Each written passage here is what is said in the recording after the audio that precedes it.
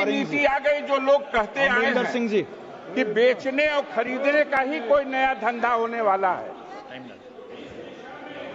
Mic on. मान्यवर भाई धन्यवाद सर, आपने मेरे को बोलने का अवसर दिया। मैं ज्यादा रेपिटेशन ना करते हुए सीधा बिल का विरोध करने के लिए खड़ा हुआ हूं।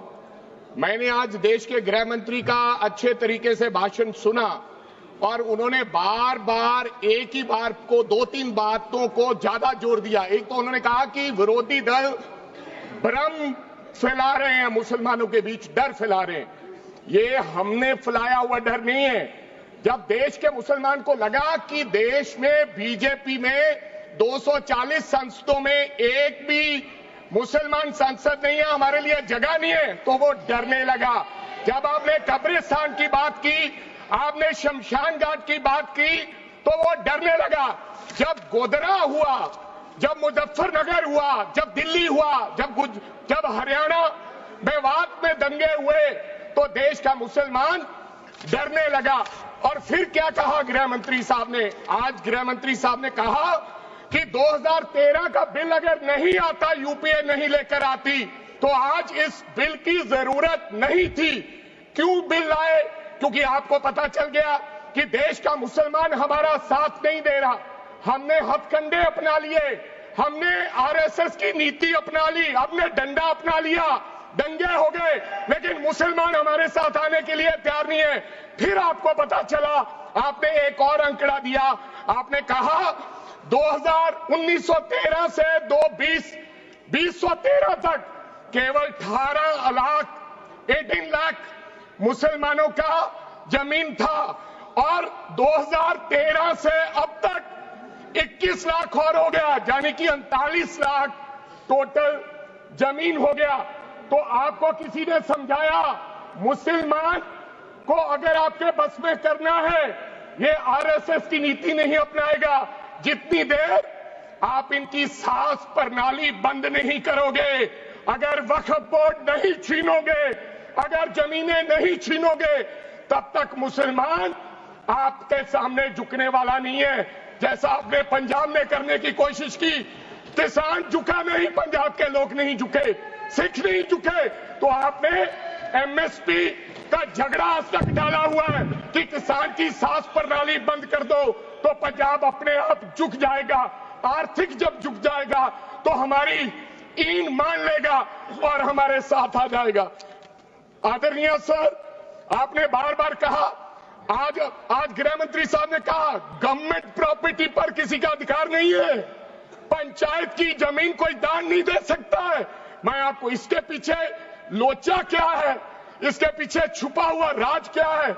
1947 में जब बंटवारा हुआ था, 47 से लेकर 1954 तक सारी प्रॉपर्टी गवर्नमेंट के नाम हो गई थी। उसके बाद 1954 में एक्ट बना, तो वो एक्ट में सर्वे हुआ 1961 टू 1970। सर्वे किसने किया?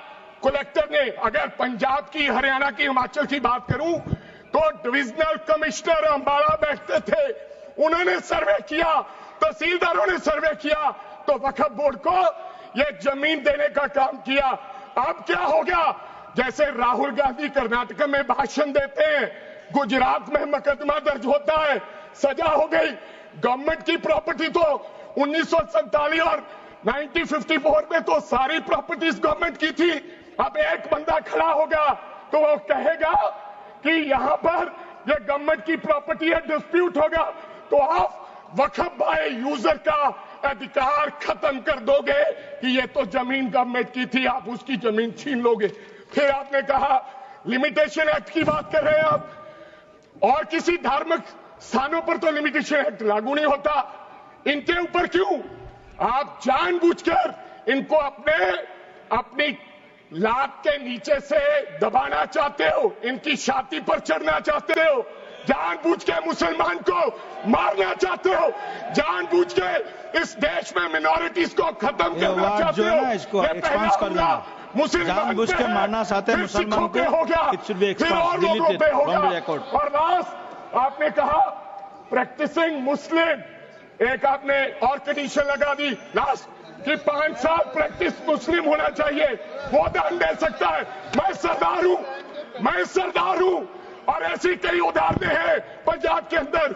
अगर किसी मुस्लिम के पास कब्रिस्तान नहीं था तो सरदारों ने अपनी जमीन देके कब्रिस्तान बनाए।